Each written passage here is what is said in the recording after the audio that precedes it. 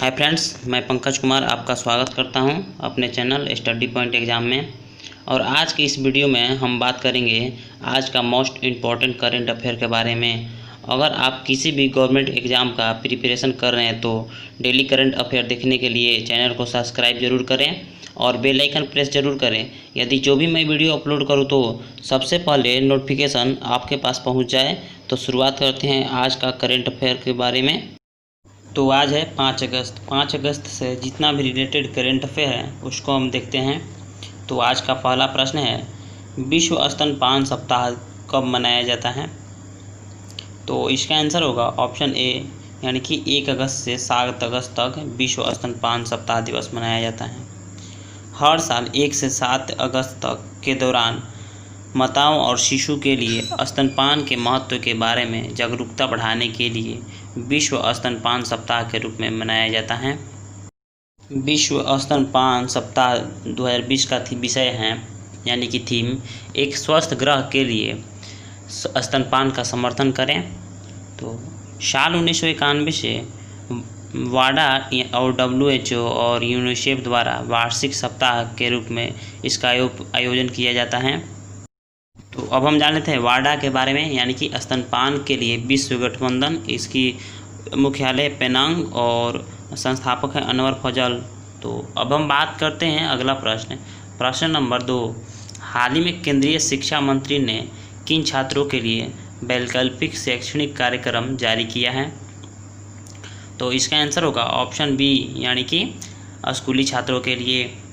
केंद्रीय शिक्षा मंत्री रमेश पोखरियाल निशंक ने उच्च प्राथमिक स्तर के स्कूली छात्रों के लिए वैकल्पिक शैक्षणिक कार्यक्रम जारी किया है। शिक्षा मंत्रालय के दिशा निर्देशों के तहत NCERT ने यह कार्यक्रम तैयार किया है। इसे छात्रों, उनके अभिभावकों और शिक्षकों के लिए इस तरह से तैयार किया गया है ताकि वे कोविड-19 महामारी की वजह से घर में रहते हुए भी शिक्षण कार्यक्रम से प्रभावी तरीके से जुड़ सके। तो हाल ही में केंद्रीय शिक्षा मंत्री ने छात्रों के लिए वैकल्पिक शैक्षणिक कार्यक्रम में जारी किया है स्कूली छात्रों के लिए। तो अब हम बात करते हैं अगला प्रश्न नंबर 3। हाल ही में किस राज्य की कैबिनेट मंत्री कमल रानी वरुण का कोविड-19 के कारण निधन हो गया है? तो इसका आंसर होगा ऑप्शन सी, यानी कि उत्तर प्रदेश। उत्तर प्रदेश सरकार के कैबिनेट मंत्री कमल रानी वरुण का कोविड-19 के कारण निधन हो गया। वह राज्य सरकार में तकनीकी शिक्षा मंत्री थी।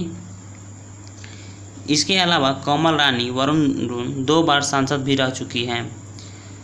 वह वर्तमान में कानपुर के घाटपुरम के विधायक भी थी।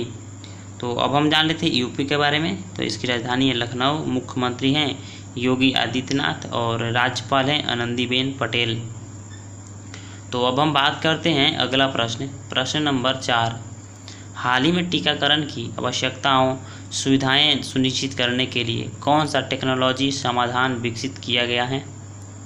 तो इसका आंसर होगा ऑप्शन डी, यानी कि eVIN. Electronic vaccine intelligence network eVIN ने कोविड-19 महामारी के दौर में लोगों को बीमारी से बचाव करने के लिए टीकाकरण की आवश्यक सुविधाएं सुनिश्चित की हैं।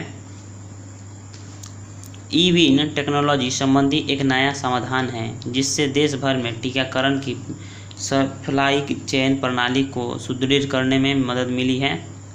इसका उद्देश्य टीकों के भंडार और उनकी उपलब्धता तथा भंडार के लिए तापमान संबंधी ज़रूरतों के बारे में सूचना उपलब्ध कराना है। तो इलेक्ट्रॉनिक वैक्सीन नेटवर्क ईविन कोविड-19 महामारी के दौर में लोगों को बीमारी से बचाव करने के लिए लॉन्च किया है। तो अब हम बात करते हैं अगला प्रश्न नंबर 5। 45 साल में पहली बार किस देश के अंतरिक्ष यात्रियों को स्प्लैश डाउन किया है? तो इसका राइट आंसर होगा ऑप्शन ए, अमेरिका। अमेरिका के अंतरिक्ष केंद्र नासा के 2 अंतरिक्ष यात्रियों को लेकर SpaceX का crew dragon international space station से वापस धरती पर सुरक्षित लैंड हो गया है। अमेरिका ने अंतरिक्ष कंपनी SpaceX के जरिए नासा के 2 अंतरिक्ष यात्रियों को समुद्र में उतारा गया है और यह मैक्सिको की खाड़ी में उतारा गया है। 45 साल में पहली बार अमेरिकी आंतरिक यात्रियों ने स्पेसएक्स डाउन किया है। तो टेस्ट पायलट डग हर्ले और बर्ब बैनिकन ने आंतरिक से इस ड्रैगन कैप्सूल को लेकर मैक्सिको की खाड़ी में उतारे हैं। तो 45 साल में पहली बार आंतरिक यात्रियों का स्पेस डाउन किया है अमेरिका। तो अब हम बात करते हैं अब अगला प्रश्न नंबर 6। हाल ही में किस राज्य में हिम तेंदुए संरक्षण केंद्र स्थापित किया जाएगा? तो इसका आंसर होगा ऑप्शन बी यानी कि उत्तराखंड। उत्तराखंड राज्य में हिम तेंदुए संरक्षण केंद्र स्थापित किया जाएगा। इस केंद्र की स्थापना नीदरलैंड के सहयोग से उत्तरकाशी जिले में की जाएगी। 5.50 करोड़ की लागत से बनने वाला यह केंद्र देश का पहला हिम तेंदुए संरक्षण केंद्र होगा। उत्तराखंड में हिम तेंदुए 3000 से लेकर 4500 मीटर की ऊंचाई में नंदा देवी जैन विविधता क्षेत्र, गंगोत्री नेशनल पार्क आदि में पाए जाते हैं। उत्तरकाशी और पिथौरागढ़ जिले में अधिक संरचना देखे गए हैं। तो अब हम जान लेते हैं उत्तराखंड के बारे में। इसकी राजधानी है देहरादून, मुख्यमंत्री हैं त्रिवेंद्र सिंह रावत और राज्यपाल हैं बेबी रानी मौर्य। तो अब हम बात करते हैं अगला प्रश्न नंबर 7। हाल ही में कहाँ उगने वाली केसर के लिए जीआई पंजीकरण प्रमाण पत्र जारी किया गया है? तो इसका आंसर होगा ऑप्शन सी यानी कि कश्मीरी घाटी। केंद्र सरकार ने कश्मीरी घाटी में उगने वाले केसर के लिए जीआई यानी कि जियोग्राफिकल इंडिकेशन पंजीयन प्रमाण पत्र जारी किया है। केंद्र शासित प्रदेश जम्मू कश्मीर में पुलवामा जिले के पंपोस इलाके में उगाई जाने वाली केसर बेहतरीन किस्म की मानी जाती है। जीआई प्रमाण पत्र से किसी खास क्षेत्र में पैदा होने वाली खास वस्तुओं को विशेष पहचान मिलती है। यह प्रमाण पत्र कर लेने के बाद उसका नाम इस्तेमाल की गई और कहीं नहीं कर सकता है। तो केसर के जीआई पंजीकरण प्राप्त मिला है कहाँ? तो कश्मीर की घाटी में। तो अब हम बात करते हैं अगला प्रश्न नंबर 8। हाल ही में प्रकाशित पुस्तक रियासत में सदस्यता के लेखक कौन हैं? तो इसका आंसर होगा ऑप्शन डी यानी कि विजय कुमार। बिहार के मुख्यमंत्री नीतीश कुमार ने बिहार विधानसभा के अध्यक्ष विजय कुमार चौधरी द्वारा लिखी गई पुस्तक रियासत में सदस्यता का विमोचन किया है। यह पुस्तक के लेखक के विचारों, विभिन्न महत्वपूर्ण मुद्दों पर 3 दर्जन लेखों और उनकी जीवन यात्रा का संकलन है। यह पुस्तक बिहार विधानसभा सचिवालय द्वारा प्रकाशित की गई है। तो अब हम जान लेते हैं बिहार के बारे में। तो इसकी राजधानी है पटना, मुख्यमंत्री हैं नीतीश कुमार, राज्यपाल हैं फागू चौहान और लोकसभा सीट की संख्या है 40, विधानसभा सीट की संख्या है 243 और राज्यसभा सीट की संख्या है 16 और यहाँ विधान परिषद की भी संख्या है 75। अब हम बात करते हैं अगला प्रश्न नंबर 9।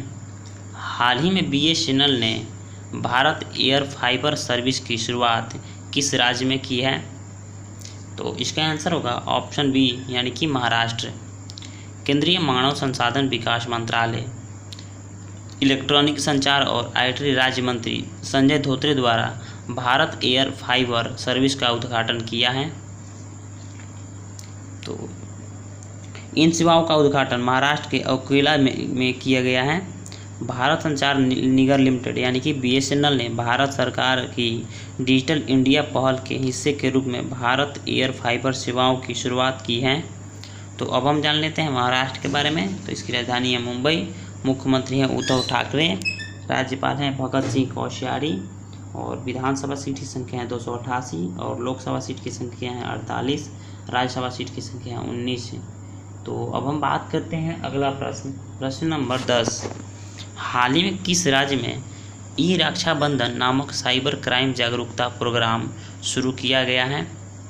तो इसका आंसर होगा ऑप्शन ए यानी कि आंध्र प्रदेश।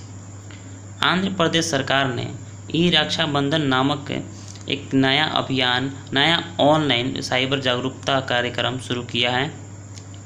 आंध्र प्रदेश की राजधानी अमरावती में लॉन्च किए गए इस कार्यक्रम के जरिए राज्य की CID और पुलिस लोगों को वर्चुअल माध्यम के जरिए क्राइम के प्राप्त जागरूकता करेगा। इसमें साइबर क्राइम के सेवाओं, बच्चों और महिलाओं को बचने से उपाय सुझाव दिए जाएंगे। तो अब हम जान लेते हैं आंध्र प्रदेश के बारे में। तो इसकी राजधानी है अमरावती, मुख्यमंत्री हैं YS जगनमोहन रेड्डी और राज्यपाल हैं विश्वभूषण हरिचंदन। तो हाल ही में किस राज्य में ई रक्षाबंधन नामक साइबर क्राइम जागरूकता अभियान शुरू किया है? तो आंध्र प्रदेश। अब हम बात करते हैं कल के प्रश्न का उत्तर के बारे में। तो कल का प्रश्न है, नरेंद्र मोदी और किस देश के प्रधानमंत्री प्रविंद जगन्नाथ ने उस देश के सुप्रीम कोर्ट के नए भवन का उद्घाटन किया है? तो इसका आंसर होगा मॉरिशस। मॉरिशस में भारत के प्रधानमंत्री नरेंद्र मोदी ने सुप्रीम कोर्ट के नए भवन का उद्घाटन किया है। तो अब हम बात करते हैं आज का प्रश्न का। इसका आंसर आप कमेंट में ज़रूर बताइएगा। तो आज का प्रश्न है, शिकागो विश्वविद्यालय के ऊर्जा नीति संस्थान के आंकड़ों के अनुसार विश्व का सबसे प्रदूषित देश कौन सा है? तो इसका आंसर आप कमेंट में ज़रूर बताइए। और आप लोगों को ये वीडियो कैसा लगा कमेंट में ज़रूर बताएं। और प्लीज़ सभी साथी वीडियो को लाइक, सब्सक्राइब, शेयर और कमेंट ज़रूर करें और अपने सभी दोस्तों के साथ शेयर करें। और जो भी साथी मुख्यमंत्री राज्यपाल का वीडियो नहीं देखा तो प्लेलिस्ट में जाकर ज़रूर देखें। और आज के लिए इतना ही। Thank you so much. जय हिंद, जय भारत।